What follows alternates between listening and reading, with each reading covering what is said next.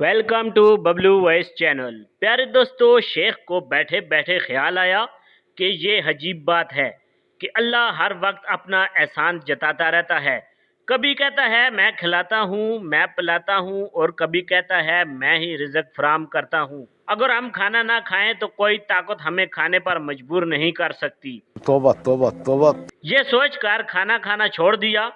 جب بیوی بچوں نے زیادہ پریشان کیا تو گھر چھوڑ کر ایک پرانے قبرستان میں جا پہنچے۔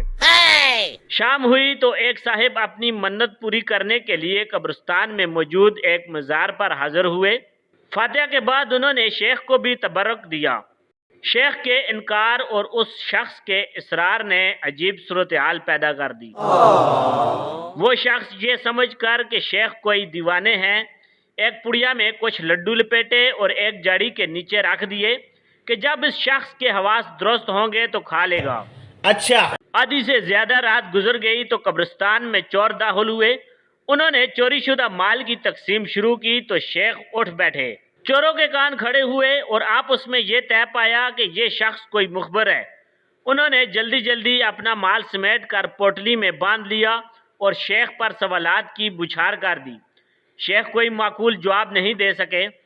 اس تکرار میں چوروں میں سے ایک چور کی نظر جاڑی کے نیچے رکھی ہوئی پڑیا پر پڑی۔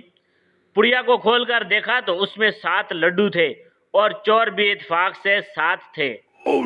چوروں کا سردار بولا کہ یہ شخص بھی کوئی چور ہے اور بہت چالاک چور ہے۔ اس نے لڈوؤں میں زہر ملا دیا ہے تاکہ ہم سب کھا کر مر جائیں اور یہ ہمارے مال پر قبضہ کر لے۔ سردار نے کہا یہ سارے لڈو اسے کھلا دیے جائیں تاکہ اس کی سازش خود اس کو ہلاک کر دے۔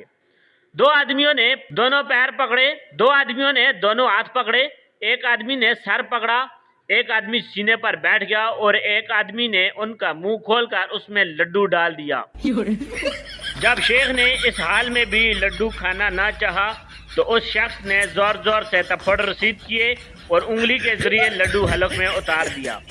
اس جبر و تشدد کے دوران 7 لڈو شیخ کے پیٹ میں پہنچ گئے۔ یہ کارنامہ انجام دینے کے بعد 7 چور سر پر پیر رکھ کر بھاگ گئے۔ شیخ اٹھے اور بہت حسرت و ویاس کے ساتھ انہوں نے جب آسمان کی طرف نظر اٹھائی تو آواز آئی، اے مغرور بندے، گھر چلا جا ورنہ روزانہ ہم اسی طرح کھلائیں گے۔